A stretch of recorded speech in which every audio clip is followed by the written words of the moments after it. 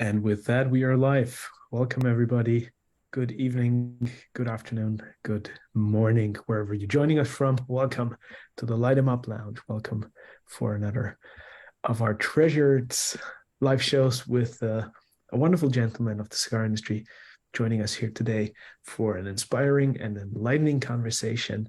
Um, I already got a few comments, based on my whereabouts and my wardrobe, which isn't usual. So I was already apologizing for being on the road without the usual garment. Nevertheless, it's great to see everybody. It's great to have so many familiar faces, friends and family with us here at the lounge, people joining us over on Facebook. If you have questions, please make yourselves heard. Put your questions into the chat box or the comment section underneath the live stream. I'm always checking and I'll forward your questions to the one and only Miguel Schoedel from Crowned Heads. Miguel, what a pleasure and privilege to have you here with us at the Light 'em Up Lounge. Thanks for taking the time, and it's great to have you. Thank you so much for having me on. Sorry, I'm a little late. I was having some connection issues, but now I'm here. Happy to be here with you guys on this beautiful day. And yeah, man, usually you have like a suit on or you got a smoking jacket on. I like this relaxed look though. I never see this from you, so I love it, brother. You look fantastic. Thank you. Well, trying the very best. It's been a challenging couple of days, but here we are enjoying the company, enjoying a great conversation. And Miguel, it's wonderful to have you on the show. You know that John has been on the show multiple times, and I truly treasure him as a dear friend and fellow who I have a lot of appreciation and respect and fondness for. Tim was on the show not so long ago when we spoke about the new Oz Family Cigars endeavors. And I truly feel that you are one of these gentlemen of the cigar industry who is extremely respected, very well known, and one of those, and I mean this with all due respect, but kind of like the second row behind either the brand owner Yeah. or the master blender manufacturer, but one of those crucial people who have shaped the culture of premium cigars, who have shaped the respective companies that they work for, and who are so crucially important in building and fostering the cigar community and creating those relationships. And so for that, I can only applaud you and congratulate you for, but also thank you for. And this is also what I would love to talk about today, and what I would love to kind of focus on as we get going. Um, these quote unquote unsung heroes that do all the hard work and put those crazy fantasies and sometimes the vision of the founder or of the frontliner into a viable operation and business. And I think we don't appreciate or talk about that often enough. And so I'm truly glad to have you on the show. And first of all, I would love to give all our people, because we have a truly global audience with people joining us from Asia, the Middle East, Europe, Africa, but the US and Middle and South America as well. But give us a little bit of the background story of how Miguel Schoedel got into cigars, got hooked on that mystical product that we all love and enjoy, and how eventually you ended up with Crowned Heads, please. Yeah, so I grew up with a Latino background and cigars are obviously part of that culture. So I saw a lot of it growing up. And I was always interested, intrigued by tobacco, the leaf. And I was very blessed in 92. I saw the very first cigar aficionado, was able to pick that up. In 96, I tried my first real handmade premium cigar. And in 98, I fell in love with a company called CAO Cigars. And in 98, I decided whatever I was going to do, I was going to get into the business. I thought to myself, I probably have to move to Florida and somehow get in. And my favorite brand was CAO. So I met up with Tim Osgood in 98 at a big smoke in Chicago. And he said, no, you don't have to move to Florida. You could become a cigar rep. And so in early 2000, I want to say maybe 2001, 2002-esque, I got the opportunity to join CAO, work for the Osgood family, John O. Osgood, Tim Osgood, Eileen Osgood. And through that, I met Tim I met John Huber and I met Mike Conder, who were executives at CAO at that time, and I got to spend 7 incredible years with that family as a regional sales rep, and then I joined. Oh, we're having our oh, it's that alert. There we go. And then I got to join Torano Cigars. Torano at the time was making all the CAOs, all of our core line pretty much, and through them it was kind of a lateral kind of move because Torano then had gone back independent because we were distributing Dunhill and Torano, and I got to work for the Torano family, who I respected very much, and became a national sales manager with them, and then did a little stint with Duran Cigars, which taught me the international part of cigar business. And then I get a call from Mike and John saying, hey, we need a national sales manager. We're big enough now. We want to take our cigars globally. We know you have that experience. So I was very blessed to come on board with them. And it's, I don't know, 5-6 years I've been with them. In total, 21 years in the premium cigar business, always at the kind of regional national sales manager role. And that's what I do for Crown Heads. I do international house catalog and manage our sales team.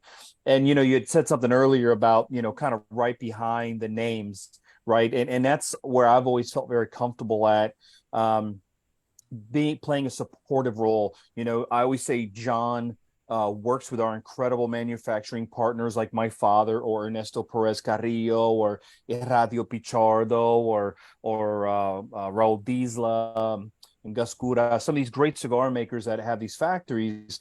And John works on these blends, validates the blends, and then comes up with the product, naming of the product and the marketing.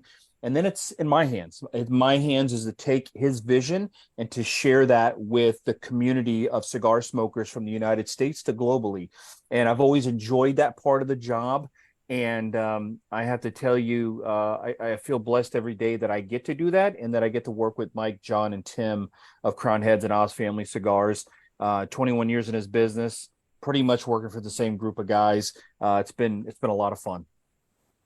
Now, when you think back to those early days and when you initially got into the whole cigar culture and lifestyle, and when you experienced the industry, probably in comparison to some other industries, and I love the fact, by the way, that you mentioned you felt comfortable in that behind the scenes kind of role or in that second row, because people, especially today when we cherish and we champion the entrepreneurs, that's not everything. You need an incredible number two, and sometimes being a great number two is so much more important and valuable than being a shitty number one, right? Yeah.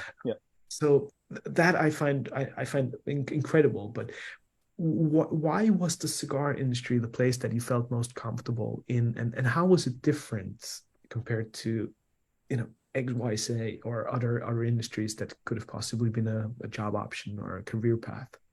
Well, I love agriculture. I'm fascinated by agriculture.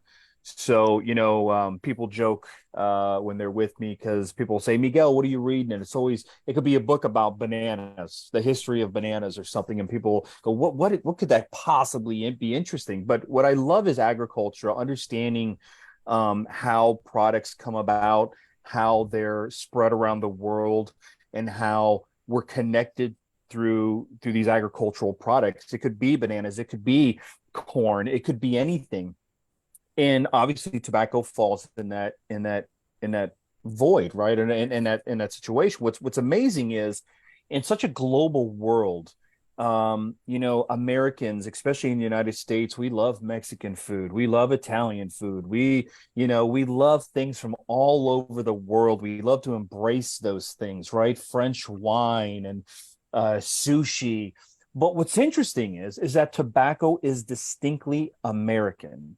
And a lot of people, you'd be surprised, don't know that. When I do cigar events across the country, I've got 3 this week.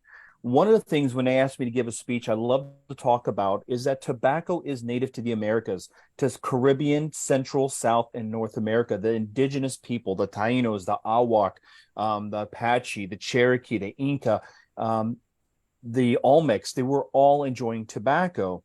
And when the Europeans came over and they were first introduced to tobacco, you're talking 1492, right? Around 1500s. It's so distinctly part of our culture. And that's what intrigued me about tobacco, was the history of it. What is amazing is that when the Europeans first came over and saw the Tainos in Cuba and the Dominican and Puerto Rico smoking tobacco, what they were doing was they were getting together with their community. They were getting together smoking as a ritual in big groups. Fast forward to 2023, what we do is we smoke in community, we get together in groups, and we smoke. We're doing the same thing that those indigenous people did with tobacco. We celebrated life. And so I guess part of my indigenous background, indigenous Mexican American background that I have, it interests me in things like potatoes and tomatoes that are native to the Americas, corn, and then tobacco. So I guess that's what led me my interest. And I think cigars have a way of capturing your imagination. I do think what's amazing is when I was a young guy first getting into cigars, I remember a tobacconist in Cincinnati, Ohio, telling me, you know what, one day you may not be able to own a yacht, you may not be able to own a fancy car, you may not be able to own this or that's handmade, you may not be able to, an AP watch that's put together by hand, but something that is put together by hand at every stage is a cigar, and it is affordable. And I always found that intriguing as well, because it's a product that is so labor intensive. It takes so much hard work to get it from seed to the field, to the field, to the factory. And then that's a very difficult part. Most people just see the finished product. And when you know all the stages and what it takes to create a cigar and the fermentation, it's very romantic. And I find that incredibly beautiful. And when we light up a cigar, this is literally the last step. You are the 300th hand handling that cigar. There were 299 sets of hands before yours that had it. And we're literally enjoying this product that has not changed much. If I took you to if I could bring you back in time to 1901 and I took you to a cigar factory, I tell everyone it's damn near identical. The biggest difference is back then you had a lector. A lector was the guy who sat at the front of the factory, who'd read the newspaper, who would read books. And that's why we have cigars today called Monte Cristo and Romeo and Julieta, because the lectors were reading those to the rollers. Well, today we have iPods and iPads and salsa music and merengue music. That's the biggest difference. Besides that, the chaveta has not changed. The rolling tables have not changed. And that, I find that romantic, and I think that's what intrigued me. And to be honest with you, my second dream was to work in Major League Baseball, and that didn't work, so I collect bobbleheads. So I got one of my two dreams come true. And the other one is right behind you and right next to you. Surrounded by it. You kind of brought it together. So organically, you kind of touched on a couple of points that will probably be part of the answer to my next question. But when we talk about these unsung heroes of the industry, what do you think are the essential traits and characteristics that make an exceptional sales manager, whether that is on a regional level or on a national or global level? What are some of those characteristics that you'd be looking for if you were to hire a person in your position? Well, one, I think very important is passion. You have to be passionate about what you do. I think that is such an important part of particular industries, right? I don't think you have to be passionate about cars to sell cars. I don't think you have to be passionate about whatever it may be. But I think things like liquor, I think things like coffee, I think commodities like tobacco, I think passion plays such a big part in your motivation and your excitement about it. And your ability to connect with people, I think, is very important as a sales guy, no matter what you're selling, to be able to have that empathy or sympathy or connection with people to understand what they're looking for, or to just tap in with people and to understand what people want and need And tobacco, thank God, cigars are what people gravitate towards to celebrate things, and not, if a person's got to go out and buy a new vacuum cleaner, that's not fun. But if a guy's got to go out and buy a box of cigars, well, that's exciting, and so I look for people that are passionate, that love sales. My father was a salesman. My brother is a salesman. I'm a salesman. It just runs in our family. And I think a big part of it is the ability to just really, just connect with people. I think it's exciting to meet people from all around the world. I love telling this little story. When I first got into business, Detroit was one of the cities I covered for CAO. And I remember sitting in a particular lounge in a suburb of Detroit, and there were two men there, and they were talking a lot, but they looked very different. And I talked to them and sat down with them after my event. One was an executive at Ford. The other guy worked on the line, working on the cars at Ford. They both went to the same high school together. At work, they said they will never cross paths at work. They will never be in the same room. But they cross paths at their favorite cigar shop, smoking the same cigars. And I thought that is such a beautiful, just a beautiful experience that I got to have with those guys. And that to me is what the industry is. So if you can connect like that with people, I think you have a good opportunity to become a good salesman and a good, good cigar guy. You know what I mean? So that's basically it. I look for someone with a lot of passion, ability to sell, and I think somebody that that enjoys cigars. I mean, I don't think every job you have to partake in the product you're selling, but I do think cigars are very unique and different in the sense that if you connect with cigars personally, it helps you understand what connects other people to cigars, and it's such a unique product that I think it's such an essential part of what we do and what we enjoy. It's very true. And how do you feel that in that sense and in that whole light and scenario, Crowned Heads was different from some of the other companies or felt like the right fit for you? Well, it's kind of the way I got here was, working at CAO. I cut my teeth by learning from Mike Conder and John Huber, who owned Crown Heads, and Tim Osgener, then going to Tarano, which made all of our cigars, and Duran, who was the head of Dunhill Cigars. So I've worked for these same guys. So when it came time to work with Crowned Heads, I was already connected with Mike and John and kept in contact with Tim and these guys, and they helped kind of coach my career and what I was doing, and we'd send cigars back and forth. So it was always I knew I would end up with Crown Heads. It was just a matter of when. And I think my love of cigars really were matured and tooled and honed under John Huber. I have nothing against big ring gauges, but before I met John, I was smoking a lot of 56 ring gauges back in the early 2000s. And when I met John put a Corona Gorda 5 7/8 by 46 or by a 46 ring gauge in my hand and explained to me about thinner ring gauges, about the nuances and the craftsmanship of classic Vitola sizes. And so working for John, it was just very natural. And John and I are both obsessed with baseball caps. We both love more medium complex cigars, not necessarily strength. We love a good traditional ring gauge.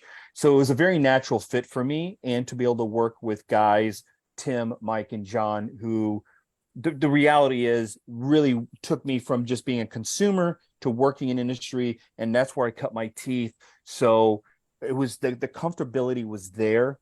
And I believe in the products that we produce and we put out.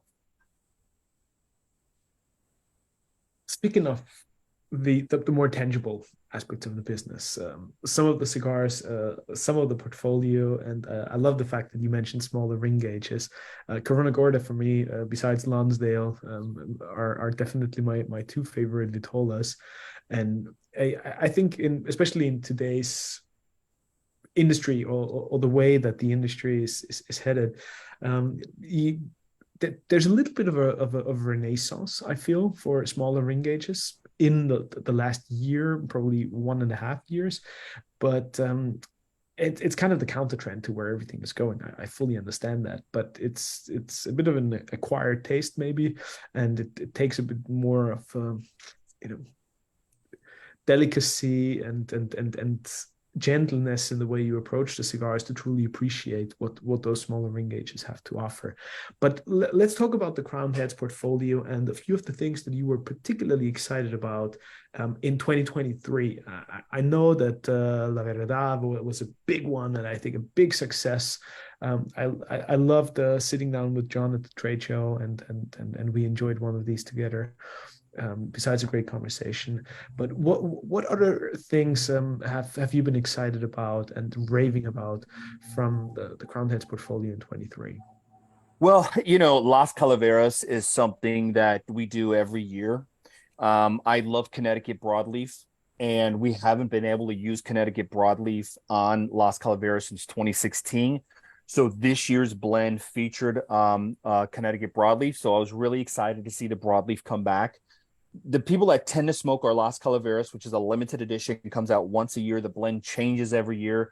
It's really to kind of to honor Dia de los Muertos, which takes place November 1st and 2nd. There we go. Mace at the top there. Appreciate it. It's really a cigar that celebrates the life of people that have passed away, either people in the industry or people that have meant a lot to us at Crowned Heads. My uncle's initials have been on it one year. And so an Old Man Padron and Old Man Oliva's initials have been on the sides of the bands. And those people that enjoy Las Calaveras, for some reason, they tend to like the darker wrappers. And there was this, people wanted to see a Connecticut broadleaf come back on that cigar, but we knew the broadleaf, for about 3 years was really tough to get. And so we waited to the right time till there was plenty of broadleaf. And so I was very excited about Las Cal 2023 this year because of the broadleaf, and I love the orange band. It just looked great against that dark wrapper. Something else I was excited about was a cigar that is not a thin ring gauge cigar.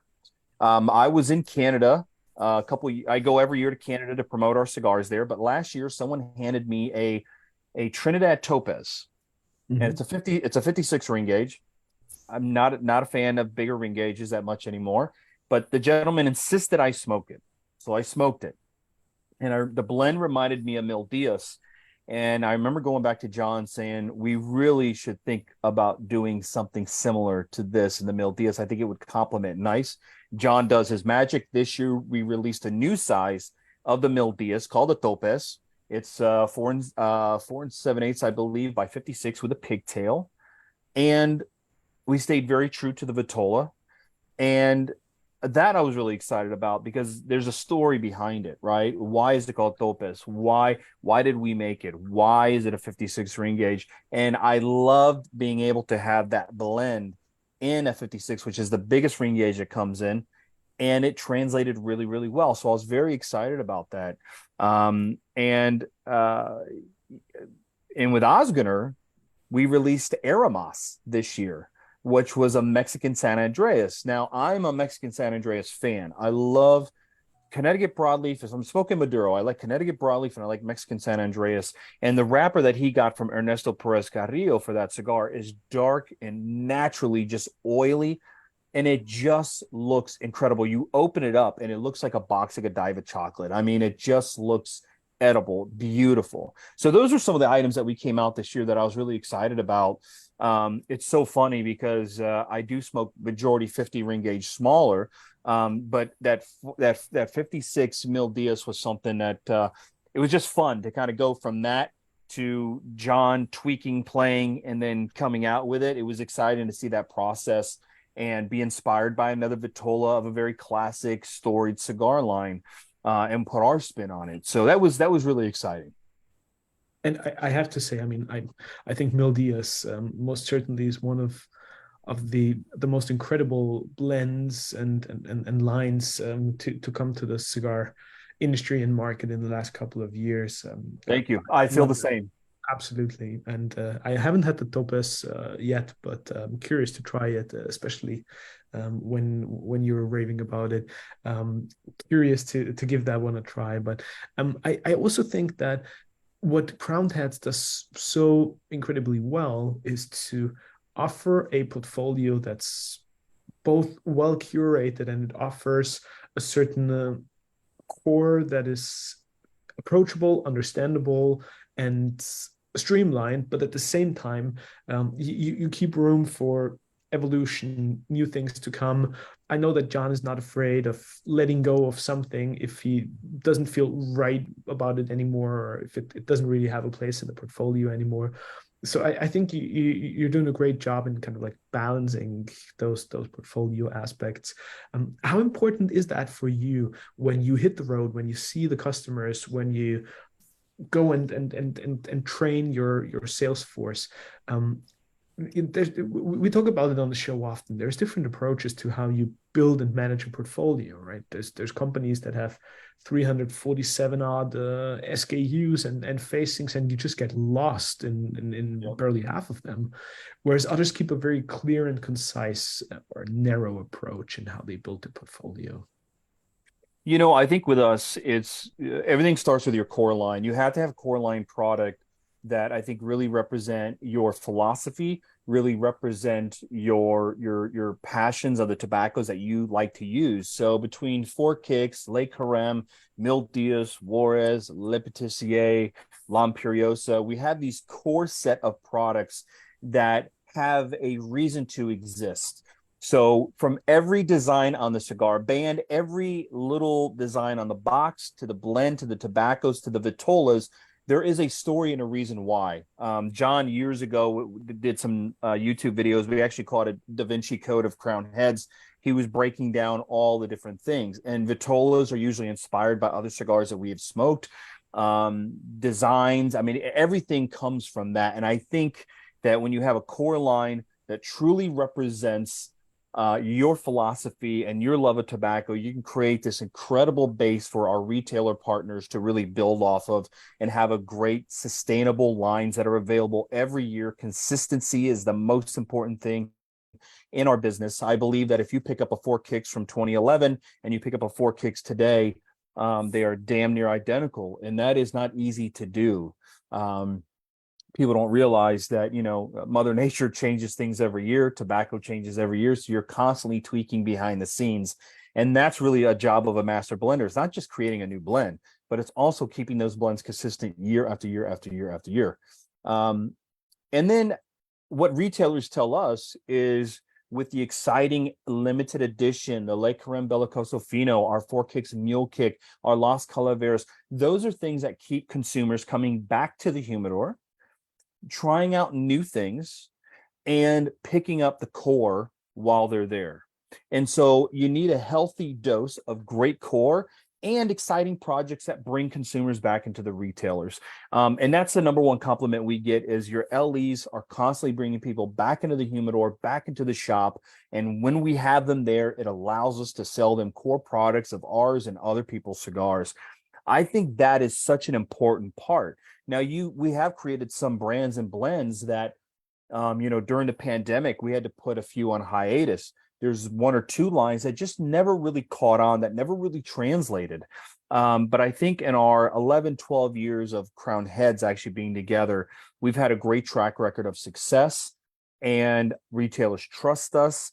But there are times that blends, I mean, I always give the perfect example is that we had a cigar called Las Mareas. It was 100% Pepin Garcia tobacco from his farm, filler, binder, wrapper, Nicaraguan Puro, great traditional vitolas. And that one just never caught on. When you saw that was released the same year as Le Carême, and Le Carême is this dark, oily Connecticut broadleaf from Ernesto Perez Carrillo, I think that cigar overshadowed Las Mareas. And so things like that happen. But as you said, sometimes, it's easy for John to say, okay, this really worked out and is connecting with people. This did not connect. Let's go back and revisit things. And I love that. And to be honest with you, I think as a creative person, John is an artist ultimately. He needs that outlet to continuously create and create and create. And I need products that bring consumers back into the retailers. And I mean, face it, we're all cigar nerds, we're all cigar geeks. I like to try different things. I like to see, perfect example would be Le Carême is a broadleaf made at Ernie's factory. Well, John could have said, we have a broadleaf. But then John said, no, no, no, no. I want to do a broadleaf with NACSA, Nicaraguan American Cigars SA, and we did Le Patissier. And then we had this year's Las Calaveras, which is a Connecticut broadleaf. Those three cigars, if you just look at our portfolio, those are three broadleaf cigars. But if you smoke them individually, they're from three different factories, completely different style cigar. And I always use the example as if I gave all of us the same 10 ingredients to cook dinner tonight, all 10 of us could cook a completely different meal. And depending on how much salt or pepper, it could be good or bad. And it's the same ingredients. Now, these factories have their unique ways of fermenting and aging tobacco. I always say, like Ernie will get some tobacco that's already been fermented. But Ernie may look at that and say, they think it's ready. I don't think it's ready. It needs to ferment longer. So all of that plays into it. So you have these three broadleaf cigars in our portfolio, but man, are they different. And I think that is what has allowed John to continue to be creative and dream the dreams that he has. And it's a pleasure. It's an honor when I get to sell them. It's an even bigger honor when someone comes up to me and says, hey, Miguel, I smoked Las Calaveras this year. My father passed away last year. I'm smoking this for him. Those things are incredible. I never get tired of hearing them. And so that creativity, I think, helps create the industry that we have today. And I believe that the Skip Martins, the John Hubers, the Eric Espinosas, I could go on and on and on, Christian Irodas, those guys, in my opinion, are the ones that create products and trends that the big Altadis, Generals, Fuentes of the world kind of listen and go, I'm going to let that influence the way I do things or my blends in the future. I mean, there was not that long ago, 21 years in his business, that if you were making Nicaraguan cigars, you were like, if you're not Padron, no one's making anything good out of Nicaragua. And now Nicaragua is the number one exporter of premium cigars to the United States and many other places around the world too. It's incredible. I think it's beautiful. And it's a pleasure to be able to do it. When you have the ear on the ground and the finger on the pulse every single day, and right next to you, you have John, you have Tim, and then even the people at the factory level, how do you think a balance can be reached and achieved between a brand or the true artist proactively creating and offering something to the market, whereas you put your heart and soul like front and center and you offer it to the market, and then you see what's the feedback on it, whereas the other approach could be coming from your end, taking the consumer feedback or taking some of those micro trends that you might sense very early on in the process, where you feel like this is where things are going because I repeatedly hear it at the lounge, I talk to our retailers, this is where I think we need to go, where we probably have to fill a certain void. Where do you see that balance between the proactive offering something to the market and the more reactive side of taking what consumers want or what the retailers want and try to implement that? Well, I would tell you that our company's slogan is carve your own path, #CYOP. And we very much live to that. We don't allow all the trends to infiltrate who we are or what we do. I will tell you, Crown Head doesn't make it flavored or infused cigars. And I could tell you from my days at CAO, we sold a hell of a lot of those things. At the same time, we realize that 660s, 770s, and 880s are very popular. I don't know how they are around the world, but in the United States, they're extremely popular. We've not played in that game. We know that our good friend Tom Lazuka at Asylum and Christian are great at doing that, but that's not who we are. At the same time, we realize that not everybody's smoking 46 ring gauge or 48 ring gauge cigars. So we do allow the tobacco to speak to John to say, hey, you know what? Our 4 kicks taste great in a 46. our Le Patissier, a 48 ring gauge, it's excellent with a 48 ring gauge. Now, when we worked on La Vereda, John wanted to do a 46 and a 48, but he allowed the tobacco to talk to him, and he said, they don't taste right. They don't taste like what we're going for. So we did 50, 52, 54, 56, which is very different for us. That was much more allowing the tobacco to speak, which really kind of lined up with what the industry is asking for, a little bit more bigger ring gauges. So I think we try to balance it. And it's not always easy, right? We could make everything we have in 660 or 770, and we would probably sell a hell of a lot of them. But it's really about staying very true to who we are and what our philosophy is. And John and Mike are great at striking a balance. I will bring insight from retailers, from consumers. I bring the insight for not all the trade shows they go to, so I bring a lot of information back from the trade. And we put that all together in our heads, and we allow it to influence us, but not to drive who we are. I think trends, it sounds silly, but I'll use a silly example. I have friends that do some house rehabbing, and they pull up this linoleum floor, and they have these beautiful wood floors underneath. And we think to ourselves, how the hell would anyone ever think of putting linoleum over these beautiful wood floors? But that was the trend at the time. That's what was popular at the time. So we want to be the guys that may paint our walls the color that's popular today, but we don't want to be the guys who put linoleum over wood floors who live to regret it later. And so staying true to who you are is very important. We are very particular who we work with. I know John is inundated with samples from factories, constantly sending samples. They want to work with John.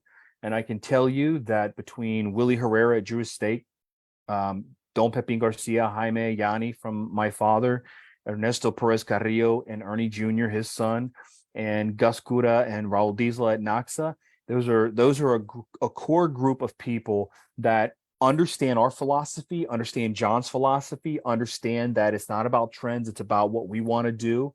And I think we strike a really good balance. I hope I answered your question there, because that's such a tough thing, right? I do bring suggestions and I do bring things, but what's great is we all discuss. There's really a little brain trust at Crown Heads. It's John Huber, Mike Conder, Adam Shepard, our CFO, me, and then Tim Osgoner, sometimes in, sometimes out, depending on what he's doing. But us all coming together and talking about things. Tim Osgoner did a lot of 660s at CAO. And so when Tim released the Aramos this year, he did a 660, which is not something Crown Heads does. But Tim had a lot of success with 660s in the CAO days. So we allow him to do that. And so, we very much keep the two companies separate, and yet we both kind of love and respect each other to the fact we help each other with different things. And we take those trends and that feedback, and we allow it in our system. As I said, we allow it to rest on our mind, but it doesn't drive the bus, if you will. And, there's always this stupid question as to what's a boutique cigar or a boutique cigar company. And I think you just hit one more nail on the head as to what could possibly make such a company, and that is that nucleus, that very agile and nimble setup where you have a few people around the table with different backgrounds, different influences, impacts, and inspirations, discussing what's happening, where do we want to go, and you implement and you start doing things without all the that extra belly fat of a large organization having to go through God knows how many steps and approvals and budgeting and whatever. Yep. Yes, it's a business, but at the end of the day, that I feel that agility, if that's even a word, but that nimble approach is truly what makes a great small or mid-sized company so strong and successful, because of exactly what you were describing. Beautifully said. Thank you. And I think the word boutique used to be a way to describe a cigar company that's maybe making under 1 million cigars a year. I think it's changed. I think it's a mindset today. It's not about how many cigars you produce. You could use the word boutique interchange with artisanal. You can interchange with the word craft. It's really a mindset on how you go about your creation and your product. And the goal of every boutique brand 20 years ago was not to be boutique. I think today people would love to be considered boutique, even if you're making 5, 10, 15 million cigars a year. It's such a mindset today. And I think we live by that artisanal belief of less can be more, and the ability to get tobacco that a big company could never use because they can't put it in production. It can't meet their production, but a company like us can take that and create something fun and unique and not worry about, are the investors happy? It's about making 3 guys happy: Mike Conder, John Huber, and Tim Osgood. Couldn't agree more. Beautifully said. Brian, over to you. You had your hand up for a while, and I would love to hear your thoughts and your question. Great. Thank you, Reinhardt. My thoughts are with you and your family. And this is hopefully a wonderful distraction. Another great show, as usual. A great guest. Thank you. I have a couple questions, if that's all right. I'm a big fan. I love the music theme that John's got running through a lot of the different cigars. And you were talking about down to every little detail has a reason why, and it's a part of the story. It's connected. So just for the fun of it, I'm curious if you have any good stories with John or anybody else, with the company in terms of music and how it inspires, or conversations about differences in taste. I mean, I'm a huge fan of all different genres of music, so I'm just wondering if there's any tasty little nuggets in there. Well, John can be inspired by anything. Color, Lipitacia, the color of the band. He happened to be in a French pastry shop and saw some little cookies, and this color really jumped out at him. In our office, music's always playing. So when he was creating Jericho Hill, he was listening to a lot of Johnny Cash. And so when he made Jericho Hill, if you think the name Jericho Hill, it just sounds like a cool name. It just sounds like a really neat, Jericho Hill. Maybe that's a place in Cuba or Nicaragua, who knows, right? Or maybe that's a place where John grew up. But if you dig deeper, you'll know that is a fictitious town from a song called Cocaine Blues by Johnny Cash. And in that song, Willie Lee, Jack Brown, and all of these names of the cigars, LBV, Long Black Veil, came from the album that song was on. And so on the band, you'll see it almost looks like a police badge, but not overtly, right? It's not the Johnny Cash cigar, because that's not what we're going for, but it could be heavily influenced by that. And so on there, you see the little check marks. Well, what do those check marks stand for? Those check marks in the old days when you get thrown in a pokey and you had to keep time every year. And so all of those little logos, the stars represent Tennessee, where our company's based out of, the 3 stars. And so all of that kind of plays into it. And in our cigar Juarez, if you look on the band, there's a bull. The bull represents Mexico. The crown on the bull represents Crown Heads. The mountains in the back represent San Andreas, where the wrapper's grown. And then the check marks on the back of the bull represent the old time in a pokey. It all kind of goes back to Jericho Hill. And so music does play a big part. In fact, when you walk into our head office in Nashville, the first thing you'll see is this huge picture of Johnny Cash. There's another picture of Gatemouth. Music is always going on. And literally, depending on what day of the week, John could literally have Johnny Cash on, and the next song comes up is 1,000 Problems by Jay-Z. John has a very eclectic music, and it influences him not only just lyrically and musically, but also sonically. It inspires him on some cigars as well. So we never want the cigar to be the Johnny Cash cigar or anything of that nature, right? 4 Kicks is named after a Kings of Leon song. And so at that time, they created 4 Kicks. There was a gentleman in the business who they did not get along with very well. And that person said, I can't believe they're not going to stay with CAO and they're going to go create their own cigar brand. They're going to fail. And in that song, it says, you boys from the north grab your switchblade posses, as boys from the south, we're going to grab our guns. And so that very much was how he was feeling at the time. And so that was very much a kind of rebel, kind of anti-establishment, anti-big cigar company kind of thing. And so these things, but it's not these cigars stand alone with their name. And if you want to dig a little deeper, the story's there. And that's what I love that John does. That's cool. That's so fascinating. Yeah, if you were going to do just a straight up Johnny Cash cigar, it'd be like the Man in Black cigar, it'd be really overt. Have you ever had anyone, from the Cash family reach out to you, or the Kings of Leon? I don't know if they smoke cigars. Anybody contact you and be like, hey, this is cool? Well, I don't know.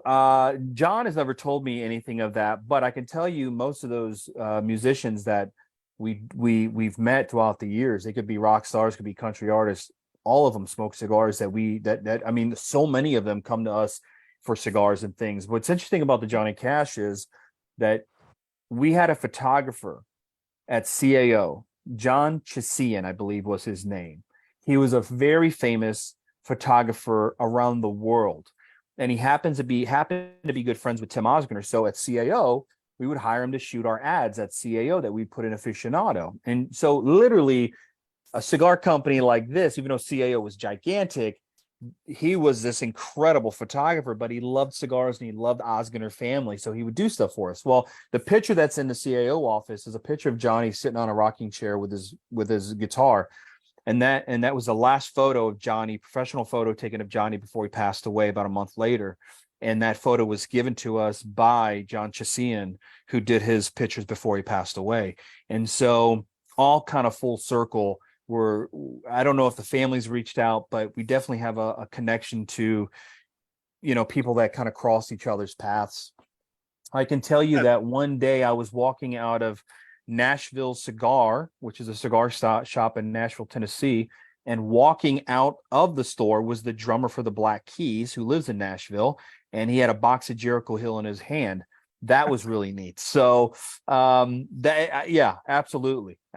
And every country musician and their bands, I mean, they come by our office always picking up cigars. So we do have those connections. That's cool. Great stories. I like the eclectic style of music. One of my playlists just the other day, it was Radiohead, and then the next song was Harry Belafonte. So I like, and earlier too, you were talking about, salsa and merengue. Like, I'm a huge Calypso fan, and it just made me think of all these different islands. And in terms of tobacco and growing certain, islands, I guess, and certain nations obviously are really great. And we're always discovering more. Like, there's a gentleman on here that always is talking about wanting to, grow Colombian tobacco. San Andreas is so popular. Like, so I'm wondering, there's ones you don't hear about a Barbados tobacco, and I'm not amazing with geography necessarily, but like, I'm just wondering about the reasons why some are huge industries and some zero. Is it the terroir? Is it like can you not farm there? Is it political? Is it just no one had this idea to make it happen? And then historically too, because you were talking about the Olmecs and going back in time, like, did they used to grow tobacco, in Trinidad? I don't know. Well, all the tobacco was all found on all the Caribbean islands. But as far as really who colonized those islands is really where the cigar or tobacco culture grew from. But when the natives were there, the bulk of the natives lived on the bigger islands. So they lived in Cuba, they lived in Puerto Rico, and they lived in the Dominican, which is Hispaniola, that island, right? And so those islands just happen to have great terroir. They have great land for growing everything. And so there were a lot of room on those islands to grow not only tobacco, but sugar cane and other products. The smaller islands like Barbados and things, those islands did not have as best soil. They did not have as big growing area. So much of the tobacco that the natives were growing were replaced with sugar cane when they were colonized. And so a big part of the tobacco culture, Jamaica used to be a huge grower of tobacco In fact, Macanudo, that very famous brand, was really birthed in Jamaica and eventually moved out of Jamaica to the Dominican Republic. A lot of people don't realize that it was rolled in Jamaica originally. But Jamaica really did not have a tobacco consuming culture, and it just died out there, and labor costs got very expensive. Central America doesn't really have much of a cigar consuming culture as well. If you see someone smoking in Nicaragua, 90% of the time they have some connection to the cigar industry, right? And so all that plays into it. Now, Mexico, the Olmecs had tobacco. The Mayans, the Aztecs had tobacco. But what's interesting is, and this is why I think Cuba is like the French, with wine, is that through all the colonization, through all of the die out of the indigenous people, all of these things that happened historically, Cuba was the one place that really kept the tobacco culture alive. And that's why we saw that really that cigar culture was brought to Nicaragua by Cubans, brought to Honduras by Cubans, brought to the Dominican. Even though the tobacco had a long history there, they didn't have necessarily that culture. And so there's a combination of why those islands grew tobacco or not. Now, there are people growing tobacco in Haiti. There's tobacco being grown almost on every island, but most of them are not at a commercial viability, and a lot of them are used for other things besides premium hand-rolled cigars. And so wherever the Cubans went is really kind of where that culture continued to grow. But when you look at the Tarrant family in Mexico, they're very famous for growing the best San Andreas wrapper. I think they're fifth or sixth generation of tobacco growers in Mexico. And so it's there. But much like France, when it comes to wine, they get the name, they get the cachet, if you will. But it's been very well documented that tobacco has been all over the Americas. But Colombia grows great tobacco. It's very mild. Brazil grows great tobacco. Peru, we're using Peruvian Pero de Oro in our Mil Diaz blend. Ecuador is the biggest grower of wrapper right now. They grow Sumatra, Habano, a Cameroon hybrid. They're growing a lot of things in Ecuador. And so Connecticut seed, which a lot of people don't realize, Connecticut seed is actually a Cuban seed originally that was taken to the Connecticut River Valley. I don't know if I answered your question there, but a big part of it is sugarcane came and wiped out a lot of the tobacco that was in the Caribbean. Most of those little islands, they only had so much place to grow, and the colonizers wanted sugarcane. It was more valuable at that time for them. And so tobacco kind of dwindled there, but on the bigger islands, tobacco grew very well, and they had plenty of space to grow multiple crops, if you will. Cool. Fascinating. Yeah. So theoretically, if someone had enough money and resources and wanted to suddenly grow tobacco in Jamaica, if they could, but I guess why? They are growing tobacco in Jamaica, but not on a very large scale. The most popular tobacco they grow there is called cow tongue. You've seen it used a little bit by, I think General Cigar uses a little bit in a few limited editions. And then I know that Nick Melillo from Foundation uses a little bit of it. But overall, it's not used on a very large scale. Even Costa Rica, we use a little Costa Rican, but overall, Costa Rican is nowhere near producing the tobacco that it did 100 years ago or 200 years ago. I think where the culture grabbed root, right? The reason why Nicaragua and Honduras, they were rolling cigars. They had cigar factories there before the revolution in Cuba, but it wasn't a big thing. It wasn't until the Cubans fled there and really helped bring it up the status and help modernize that industry where they became big producers of those cigars. Fascinating. One more quick. This was just a conversation I was having yesterday with somebody. Plume. Not, everyone's always like, oh, is it good or bad or whatever. I just want to know, do we know why it's called that? Because I'm thinking like a feather. I don't understand the name of this. Why is it plume? I don't know anyone that can tell you why it's named plume. That has been an argument forever. But things get jumbled and mixed. We know a cigar that's box press. If I tell you box press, you know what that is. Well, originally they weren't called box press. They were called trunk pressed. Somewhere in history, we changed the name to box press, right? Candela can also be known as double clado. It can also be known as AMS, American Market Selection. There's multiple names, but why is it plume? I don't know. I will tell you that I think 99.9% of cigars with plume are not plume, they're mold. I have had cigars in my hand that have this beautiful crystallized dust on it. And those are the oils of the tobacco that are rising to the top, and they crystallize and they just brush right off. Shows that the cigar is aging properly, tobacco's aging properly. It should not be growing on your cigar. But that is an argument, just like the argument, how much does a wrapper influence the flavor of a cigar? I don't know if we'll ever get the real answer. I know that there was a study once done on cigars. Someone, I think it was a college, you can actually look this up. I think they sent in 20 or 30 cigars with plume, and not one of them, all of them were mold. So I think there's a very fine line there, but I don't know why it's called plume. Maybe because the real plume is, it's so featherly light on your cigar. I don't know. That's a good question. I think that we'll argue that until we are dead, I think. Thanks. Great answers. CYOP. CYOP, brother. Many thanks. Great questions, and always good to hear from Brian over in sunny California. Let's jump to the Far East, or the Middle East rather, but much further east than our dear friend Brian. Right, good to have you with us. Love that guy. Your fellow. Hey, Miguel. Right, he's one of the best dressed guys in the business. Right, always looks so good at the trade shows. Just like you, Reinhardt. He just always looks fantastic. I'm so jealous. Dude. I really hope you know how much I appreciate and respect you. Thank you, sir. And I love the relationship we have together, and I love the kind of support you've been giving us. And I think you've been rocking the show, and the kind of level of detail and facts you've been sharing with us is honestly very inspiring. So allow me to start by thanking you for being you.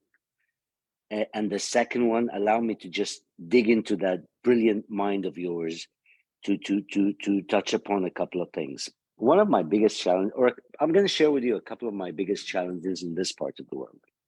I keep on telling everybody, smoking cigars is not the same as the business of importing cigars. So not every cigar smoker can become a cigar importer or a cigar trader or a dealer. Point number one. Because in our part of the world, everybody's trying to get into this business, and look, to each his own. As a matter of fact, today we launched a program of taking people under our wing to help them reach their dreams of opening a cigar shop. So we're there to support them, and we're paying it forward. The second thing that I tell a lot of people, they're like, "Oh, are you going to produce your own cigar?" And I'm like, no. I know how to smoke and enjoy tobacco. I know what tobacco I love. I know what sizes I love. What do I know about blending tobacco? It is not for me, and I don't see myself doing it. And if I do it, I am blatantly looking in your eyes and telling you that I'm bullshitting you, because I know nothing about blending tobacco. Now, one of the most classic, and I don't like to use the word assuming, but I envision that one of the most classic questions you get all the time is, when are you going to get to the next level and blend your own cigars?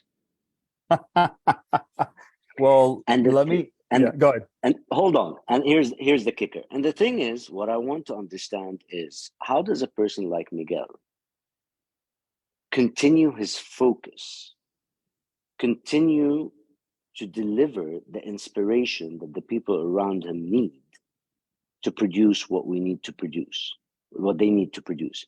How does he not get carried away, having been in the business for so long?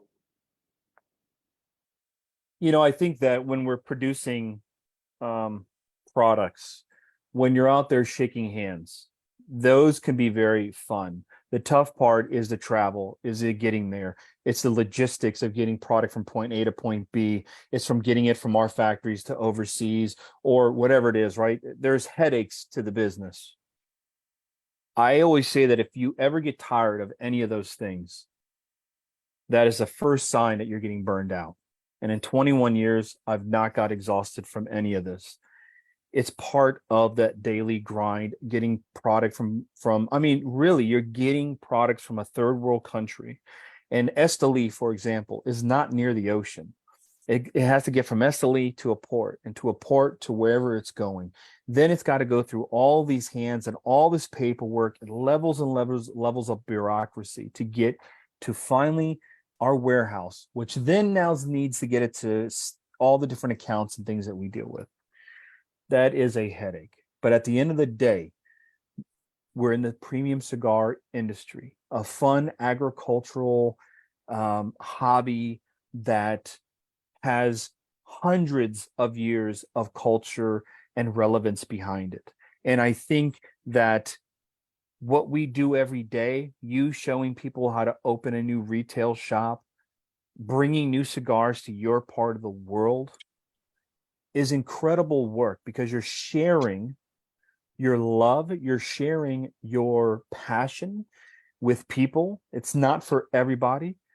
Rocky Patel has a saying that if you want to make $1 million in the cigar business, start with 2, and after you lose your first million, pocket that other million. It's not an easy way to do business. There's easier ways to make money. But us that are in this industry, it's about sharing that passion with others and working through those ups and downs. Because ultimately, at the end of the day, when someone's at home and they're smoking a cigar on their patio and it's your brand, or they're opening a cigar shop in your town and you help them get there, there's an excitement to that. And I love being a part of that. And I think Crown Heads loves being a part of that.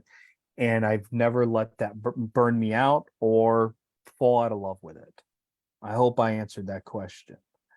You very much did. You very much did. And then as far as creating my own cigar, I did one time for Tarano create my own cigar. It was called Salutum, Latin word. No way. Had a cross on it. It was called Salutum. I created it after I recovered from a brain tumor that I had. And Charlie Tarano allowed me to create a cigar that celebrated that. I will tell you, if it was a record, it would have gone copper. I think my mom bought a box. My dad bought a box. It was not very successful, let's say that. But it was a lot of fun. And I feel very blessed because John Huber will allow me to help partake in a few decisions and things. But that's not my road. I think we always joke in the industry. I joke with Skip all the time. See the guys that go down to the factory once a year, make a cigar, call themselves a master blender. I mean, there's probably 10 real master blenders in this industry, people that really deserve that title and respect. And I would say that guys like I love to educate myself on the history of premium cigars, the culture, the history. It goes all the way back. I enjoy that part and I love sharing that part. But the truth is, as far as making cigars, I think Ernesto Perez Carrillo has probably forgotten more about cigars than I will ever know in my life. And I'm okay with that. Brilliant, brilliant, brilliant. You're brilliant, bro. Rock on. Amazing, amazing work. Send my best to the team. And let me tell you, I can't wait. My next shipment's arriving in the next week or to 10 days. I can't wait. God bless. Thank you, brother. God bless you, my friend. Thank you. Right. Thanks for chiming in. And what a wonderful question. I would love to just add a little follow-up to that, Miguel. And I was curious about that ever since you started on the show here, actually. Is there a source or some kind of material book that you can recommend for people to educate themselves on the historical side of cigars, tobacco, and any and all links or tips that you could share are most greatly appreciated? Yes, I am going to pull it up on my phone right now. Are you guys familiar with Audible? Absolutely. Yes. So I have Audible, but I also have it in hard copy. The book is just called Tobacco. I will put it in the notes. I can't see it. It's too bright in here. Basically, it looks to be an angel, and she's handing tobacco to an indigenous person. And I'm going to put it in the chat. Let me see. Here we go. And it is an absolutely fascinating book if you love tobacco. Ian.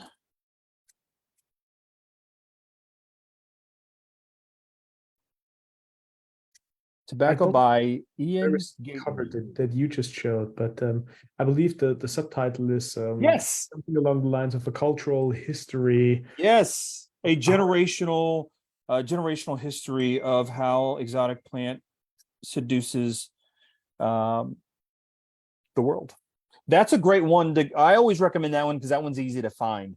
I'll get back to you. I have stacks and stacks of books that are not available on Audible that I could recommend for you as well. But I will send those to you later. But that's a good place to start, and the fact that it's available on Audible. I will tell you, it's not a great novel to grab your excitement, but it's about history. It's about the roots of where tobacco and the foundation and how it's spread across the world. It's really lovely. I mean, it's such an absolute lovely, lovely book.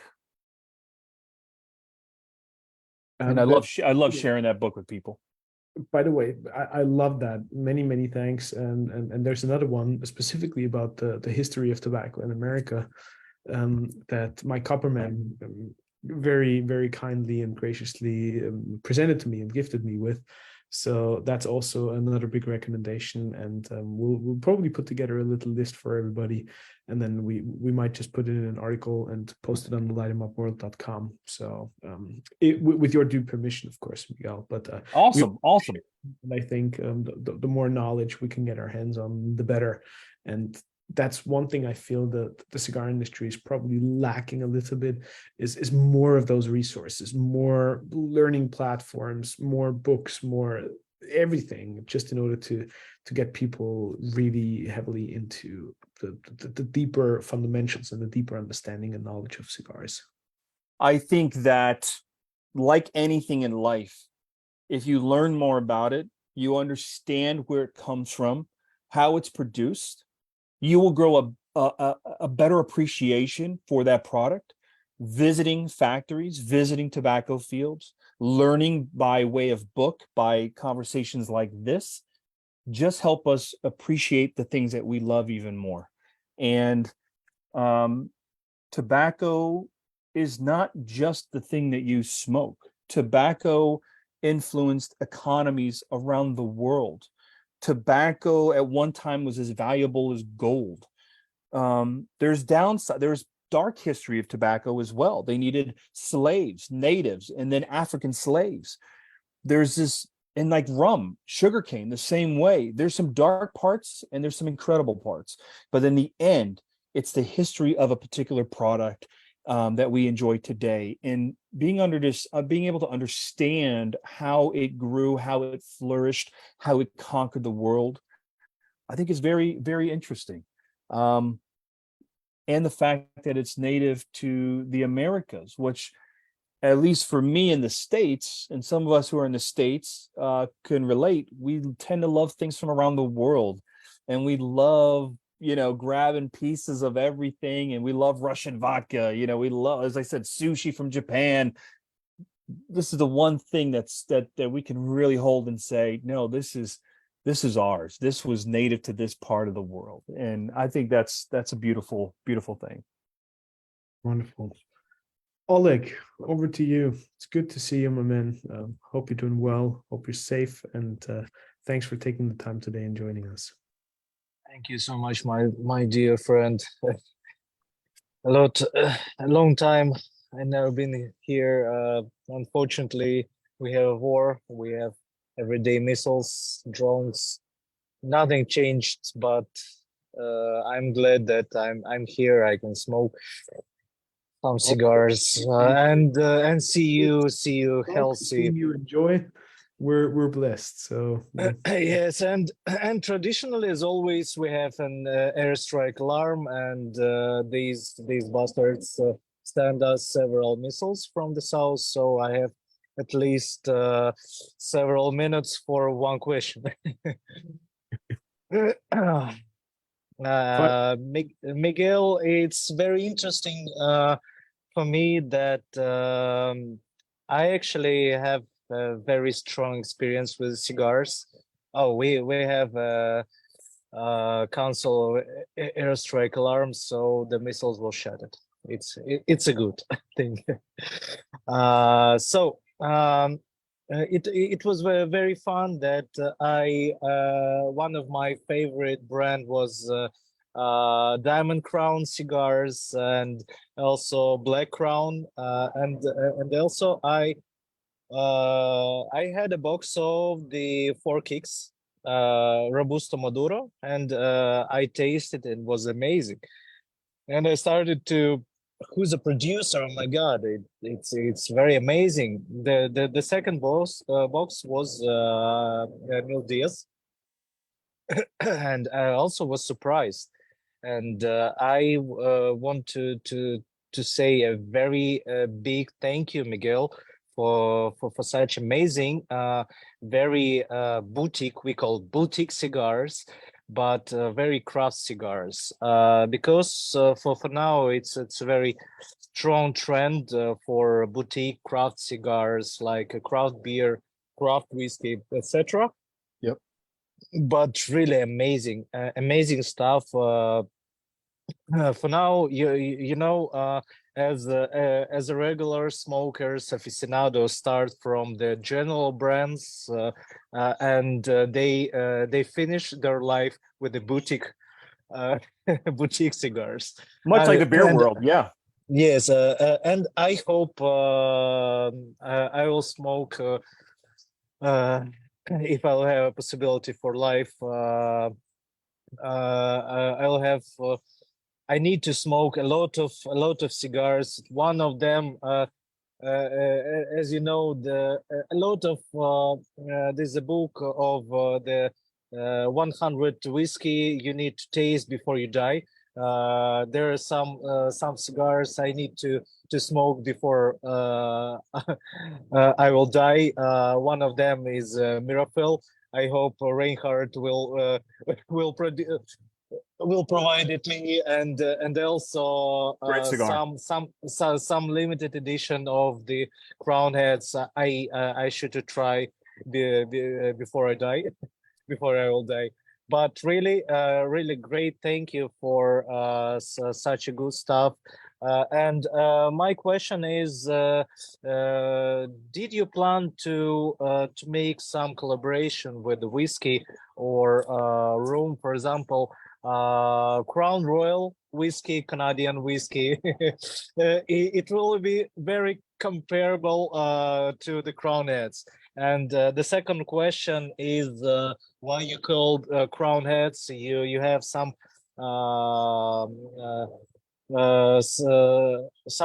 participants in the royal family or something like that. Why you decide to make the crown in your name? Thank you so Perfect. much.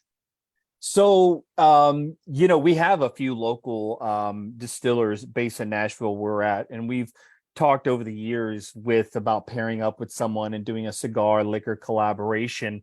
When John Huber looks at Crown Heads, he looks at it as a lifestyle brand, hats, cigars, and I think he does want to expand into other things in the future. So it would not surprise me if we do go down that route.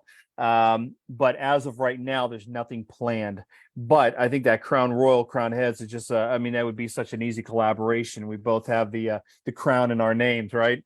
But Tim Osgener, I think with Oz Family Cigars, people are approaching him about doing some kind of collaboration. The premium liquor world and the premium cigar world, they cross paths so often. We share the same consumer. You go into a cigar bar and I mean, they pair up so well. So you may see that in the future. Right now, we have nothing planned, but nothing would make me happier. Although I'm a rum guy, so I would love to see a rum collaboration with Crown Heads. I'm more of a rum guy. John Huber's not much of a drinker. He's a coffee guy. So maybe we'll do a coffee sometime. But the name Crowned Heads actually comes from the Wizard of Oz. So if you watch the movie Wizard of Oz, there's a point where in the back of one of the scenes, you'll see a like a boxcar, train car, and it says the crowned heads of Europe, past, present, future. And as John and Mike were working in 2010 to come up with a name for the company, John was watching that movie with his young daughter. Sounds like studying of the English. There you go. Present and future. Yeah, and so he saw that, and that really spoke to him.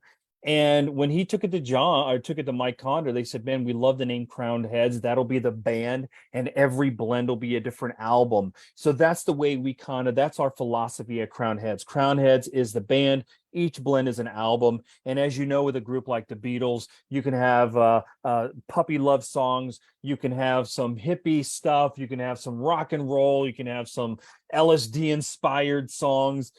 And I think that's a great career of a band when you can span that much. And I think that's part of Crowned Heads anthology, if you will. We have a very wide range of cigars and blends.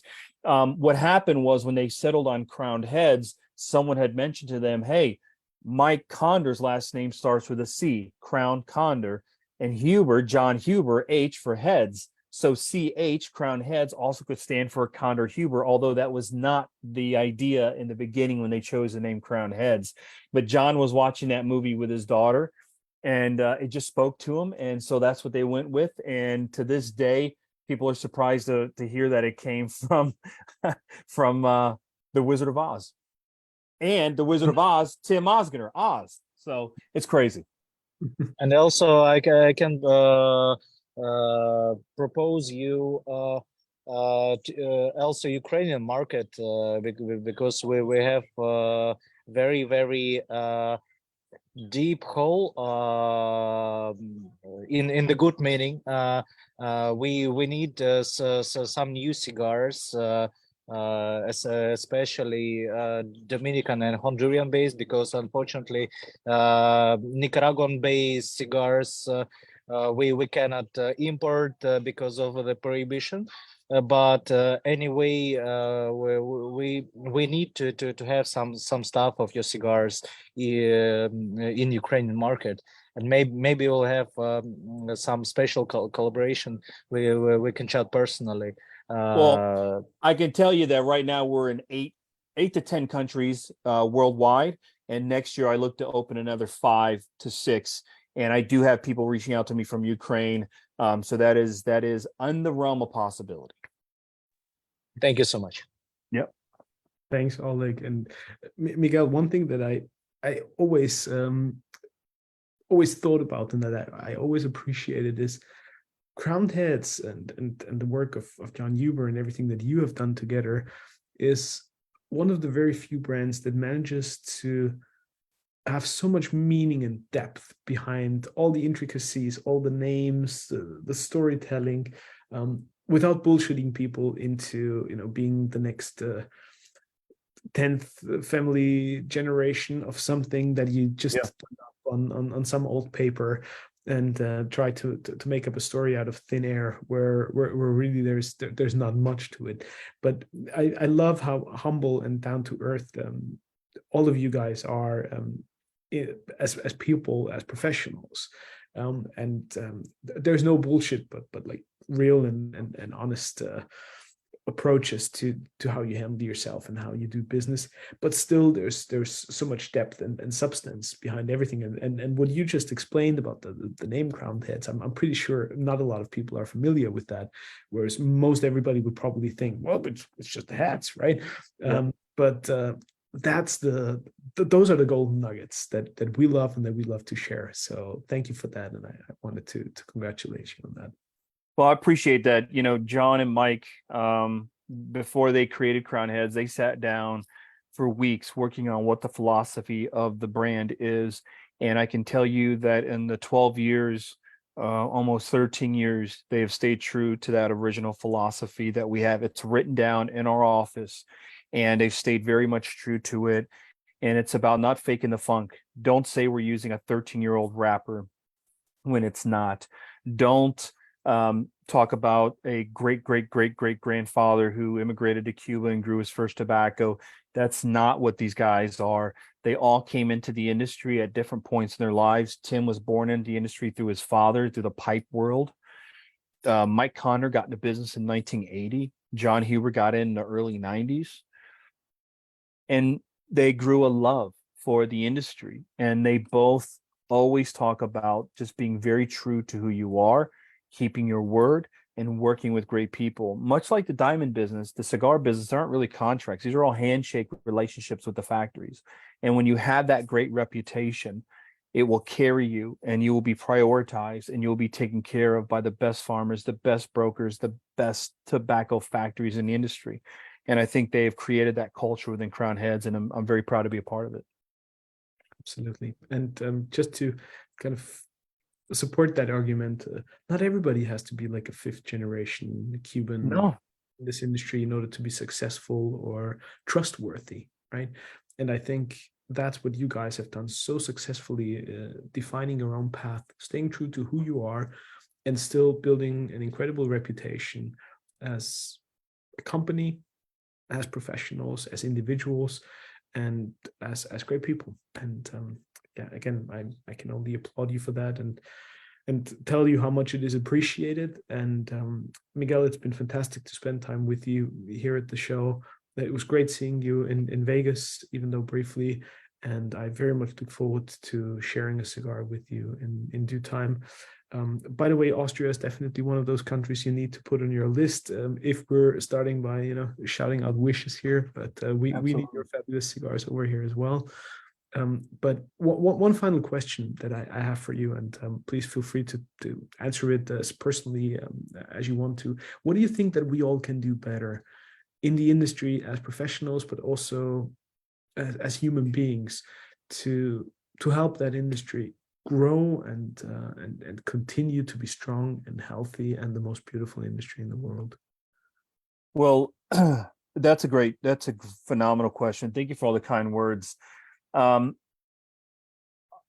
will say this, that if you look at the tobacco industry, goes back, if you want to get into the indigenous thousands of years, if you want to talk about from when the Europeans first got involved, 1492, 1500s, right? There's a very long history of the tobacco business. And we are all but a little bleep on the screen of the history of tobacco. But what we are all doing is we are carrying the flag of this culture. And throughout history, either it be natural things like black shank and blue mold that can destroy tobacco, either it be wars, either it be smoking bans and taxation, all things that threaten our industry. All of us that are smoking cigars or making cigars or involved in the industry some way, somehow, we are literally carrying it for the next generation, and somebody carried it for us. If you're new to cigars, meaning last 10, 15 years of your life, there were people that smoked in the 80s and the 70s, the 50s, the 40s, the 30s that kept this culture going. I would say that politicians that threaten your choice of smoking a cigar, your ability to go in and buy a cigar and support a local retailer, sharing your love of culture to your friends and family, to the next generation. These are all things that we can do. Speaking up, enjoying your rights to enjoy tobacco. And ultimately, what all we can do is continue to push this culture and share it with others and help others grow in appreciation. I would say that there are people that I meet that may not enjoy cigars, but appreciate the culture.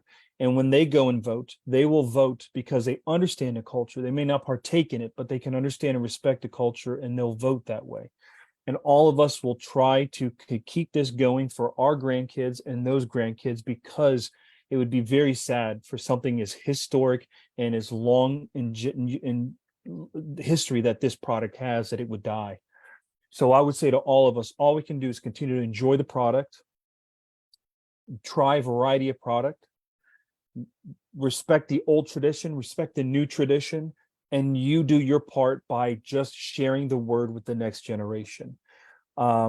The reason we're smoking today is because somebody else enjoyed the culture and kept it going for us. And that's what we're doing for future generations. And I think if we all do that, I think this industry will be around a very long time, and our grandchildren will enjoy a great cigar on their back patio with their family. And that's what I think we all could do, can all continue to do. I think we're all very blessed to have this, to be in this industry, to smoke cigars. And it's awesome when you're able to share that with other people. Amen. Miguel, That's literally a mic drop right there.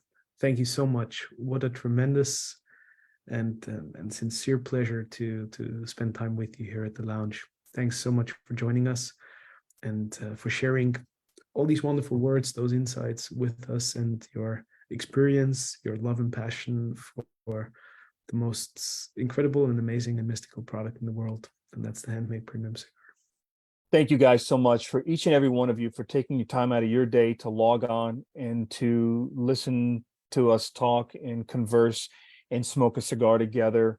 One last thing, what is amazing was back in the 90s, if I wanted to smoke with people, I had to go to my local cigar shop or invite guys over.